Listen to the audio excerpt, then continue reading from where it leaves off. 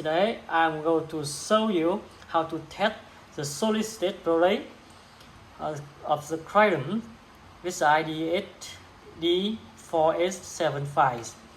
The control voltage range from the 3 to 32 volts. The output this is the AC voltage. This maximum current is 75 ampere. The testing device I use air pump is operate with the AC voltage around 200 to 220 volts. Here is a multiple measurement device I use to measure currents. And here is the AC power, AC voltage source. AC source.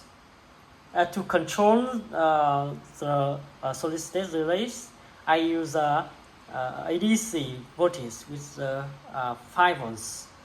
Now I will show you how it works. Now I turn on the control the DC voltage here. Now it's good, and the AC current is 0.14 ampere. Yeah. And now I turn off this.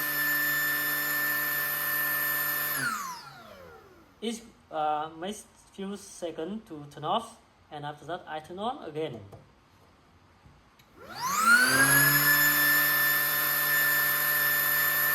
Now it's closed. Turn on this, yeah, and the details of the schematic I show you on the screen. Please follow me to more testings. Thank you.